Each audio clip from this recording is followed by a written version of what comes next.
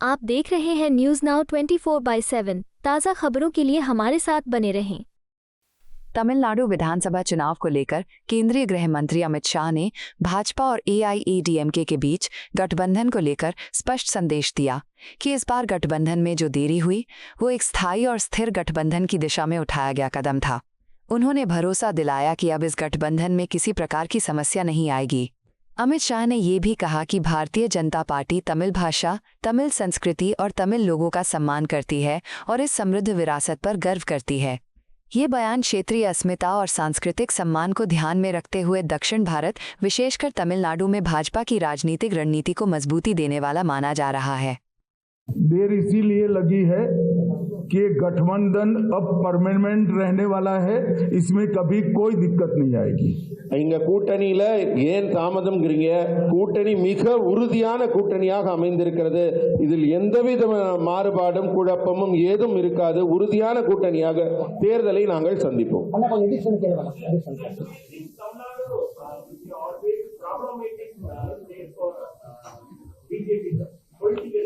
जरा भी नहीं। हम तमिल भाषा, तमिल संस्कृति और तमिल जनता का भारतीय जनता पार्टी गौरव भी करती है और सम्मान भी करती है।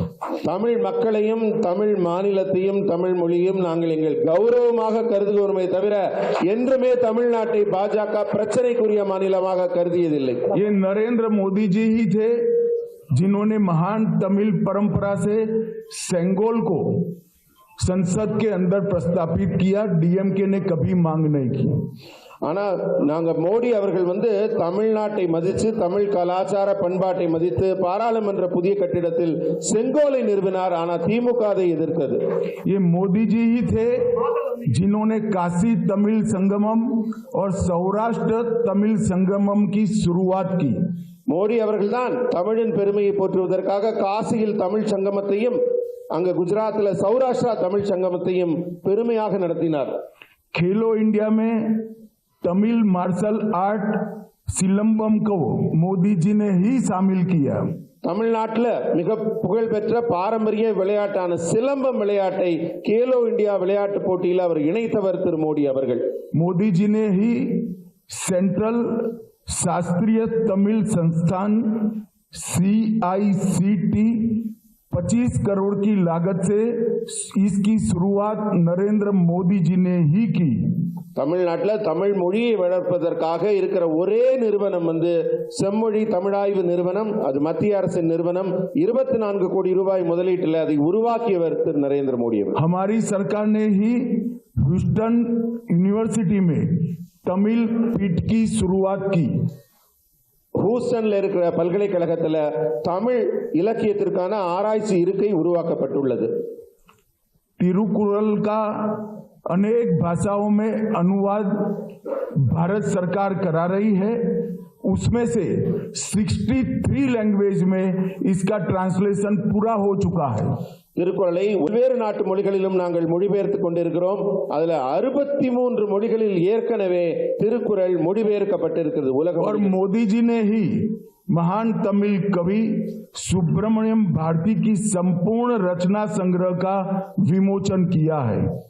நம்ம புகழ்பெற்ற தமிழ் கவிஞர் சுப்பிரமணிய பாரதி அவர்களின் ஒட்டுமொத்த படைப்பும் அவருடைய அத்தனை படைப்பையும் புத்தகங்களாக நூல்களாக வெளியிட்டிருப்பவர் திரு மோடி அவர்கள்। IAS और IPS की ऑल इंडिया सर्विस की एग्जाम तमिलनाडु के युवा नरेंद्र मोदी जी के प्रधानमंत्री बनने के बाद ही तमिल लैंग्वेज में ये एग्जाम दे सकते हैं। डीएमके की सरकारें जब भी थी केंद्र में, उन्होंने इसकी शुरुआत नहीं करी। இன்றைக்கு பொது தேர்வுகள் எழுதுகிறாங்க, IAS IPS போன்ற தேர்வுகள் எல்லாம் இன்றைக்கு தமிழ் இளைஞர்கள் தமிழில் எழுத முடிகிறது। ஆனா மத்தியில் திமுக ஆட்சியில் இருந்தபோது இந்த தமிழில் எழுதக்கூடிய இந்த நிலை கிடைக்கவில்லை, இருக்கவில்லை। मोदी जी ने ही CAPF के पेपर्स तमिल भाषा में उपलब्ध कराने का काम किया। इसके पहले सिर्फ अंग्रेजी और हिंदी में ही पेपर्स दिए जाते थे। மத்திய ஆயுத காவல் படைக்கான தேர்வுகளிலும் இதே நிலைதான் இருக்கிறது। இப்ப தமிழ்லையும் இந்திய மொழிகள் பல மொழிகளில் எழுத முடியுது। ஆனா இதற்கு முன்பு திமுக இருந்த கூட்டணி ஆட்சியில் இருந்தபோது வெறும் இந்தி மற்றும் ஆங்கிலத்தில் மட்டும்தான் எழுதும் நிலை இருந்தது।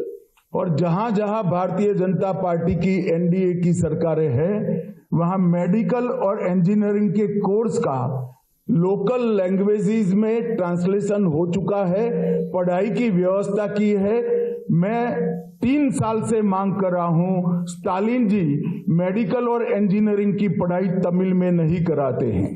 எங்கெல்லாம் என்டிஏ ஆட்சி நடக்கிறதோ அங்கெல்லாம் மெடிக்கல் மற்றும் இன்ஜினியரிங் படிப்பிற்கான பாட புத்தகங்கள் அந்த பிராந்திய மொழியில் அவங்க தாய் மொழியில மொழிபெயர்க்கப்பட்டு அவங்க எல்லாம் படிக்கிறாங்க, உயர்கல்வி படிக்கிறாங்க. நான் 3 ஆண்டுகளாக தமிழகம் வரும்போது தமிழக முதல்வராக இருக்கும் ஸ்டாலினிடம் திரும்ப சொல்லுகிறேன், தமிழில் நீங்க மருத்துவம் மற்றும் உயர்கல்வி பொறியியல் படிப்பை பாட புத்தகங்களை உருவாக்குங்கள் என்று. ஆனா இதுவரை அந்த வேலை நடைபெறவில்லை.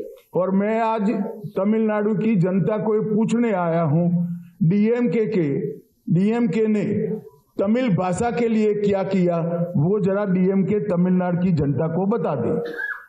आपको यह वीडियो पसंद आया हो तो इसे लाइक करें, हमारे चैनल को सब्सक्राइब करें।